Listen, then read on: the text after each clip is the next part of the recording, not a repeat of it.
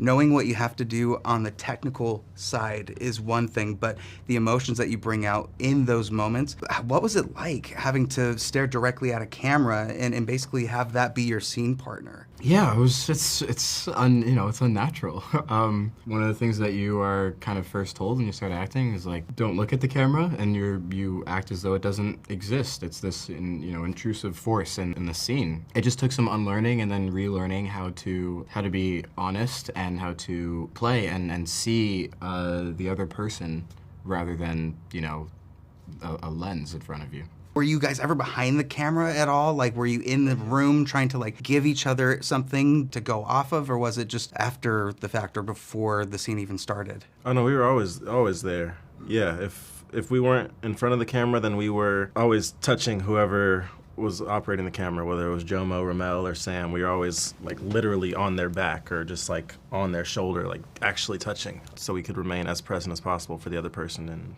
so they didn't have to feel like it was too unnatural or they were too alone in any of it. And Ethan, where do you think Elwoods' hope comes from?